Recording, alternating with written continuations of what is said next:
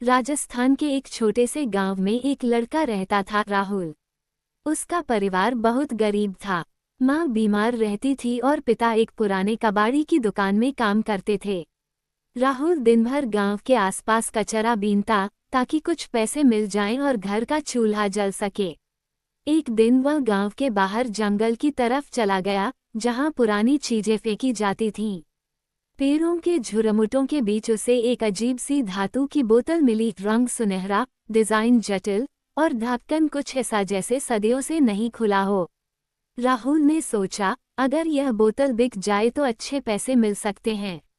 लेकिन जैसे ही उसने ढक्कन खोला, तेज धुआं निकलने लगा और अचानक सामने एक विशालकाय कदकाठी वाला जिन प्रकट हुआ।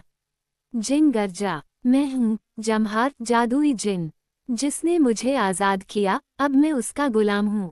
राहुल डर गया लेकिन उत्सुकता से पूछा, क्या तुम मेरी कोई भी इच्छा पूरी कर सकते हो?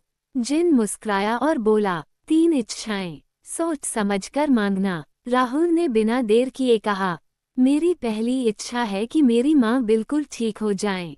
जिन ने अपने लंबे हाथ हवा में लहराए और एक नीली रोशनी के साथ कहा, पूर्ण हो। जब राहुल घर पहुंचा तो देखा माँ चूल्हे पर रोटी बना रही थी, तंदुरुस्त और मुस्कुराती हुई। उसकी आंखों में आंसू आ गए।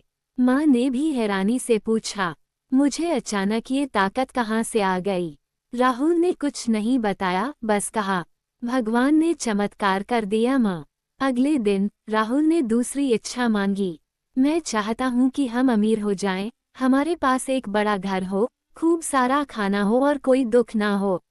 जिन ने फिर से मंत्र पढ़ा और कुछ ही पलों में राहुल का कच्चा घर एक आलीशान हवेली में बदल गया।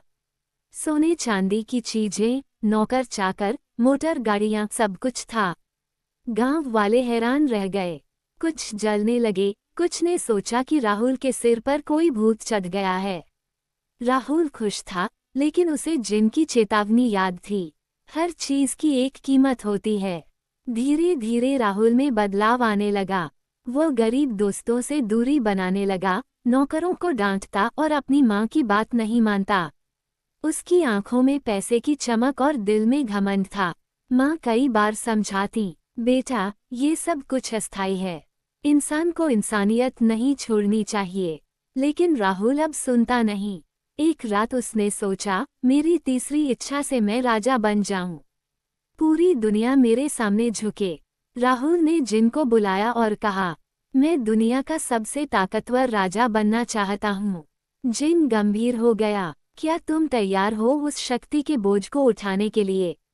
राहुल हंसा, ताकत और पैसा ही सब कुछ है। जिन ने तीसरी बार मंत्र पढ़ा और अगले ही पल राहुल एक सिंहासन पर बैठा था, एक जादुई साम्राज्य का राजा। हजारों लोग उसकी जय जयकार कर रहे थे, लेकिन उसकी आंखों में डर समा गया जब उसने देखा कि उसका परिवार, उसके दोस्त, यहाँ तक कि उसकी माँ, कोई वहाँ नहीं था। राहुल अब राजा तो था, लेकिन अकेला। हर कोई उसका आदेश मानता, लेकिन कोई दिल से प्यार नहीं करता। उसकी रातें सन्नाटों में कटती। वह खाने की मेज पर अकेला बैठता। एक दिन उसने जिन को फिर बुलाया, क्या मैं पिछली जिंदगी में लौट सकता हूँ? मैं अब वही साधारण राहुल बनना चाहता हूँ। जिन ने उदासी से कहा, तुमने अपनी तीनों इच्छाएं मांग ली हैं, अब कोई वापसी नहीं। राहुल टूट गया। वह समझ चुका था कि अमीरी और सत्ता से ज्यादा जरूरी रिश्ते और सादगी होती है। एक दिन उसने फैसला किया, वह सब कुछ छोड़ देगा। उसने अपने साम्राज्य की संपत्ति गरीबों में बांटी, झोपड़पट्टियों में स्कूल बनवाए और खुद एक छोटे घर में रहने लगा। अब वो हर दिन गांव के बच्चों को पढ़ाता, बुजुर्गों की सेवा करता। धीरे धीरे लोगों ने उसे फिर से प्यार देना शुरू किया। एक रात जिन फिर प्रकट हुआ, तुमने बिना इच्छा मांगे एक महान कार्य किया है। मैं तुम्हें एक आखिरी मौका देता हूँ, एक आखिरी इच्छा मांग सकते हो। राहुल ने मुस्कराते हुए कहा, मुझे कुछ नहीं चाहिए, बस तू आजाद हो जा, जमहर। जिन हैरान रह गया, तुमने मेरी आज़ादी की इच्छा मांगी? राहुल ने सिर हिलाया। जिन भावुक हो गया और कहा, तुम पहले इंसान हो जिसने मुझे आज़ाद किया। अब मेरी शक्ति तुम्हारी आत्मा में रहेगी, लेकिन तुम्हारे बिना लालच के। जिन बादलों में उड़ गया और उसकी बोतल रेत में दफन हो गई। राहुल फिर से गांव लौट आया। अब वो वही पुराना राहुल था, सच्चा, ईमानदार और दूसरों की मदद करने वाला। लोग उसे अब राहुल बाबू कहते थे, जिन वाला नहीं बल्कि इंसानियत वाला।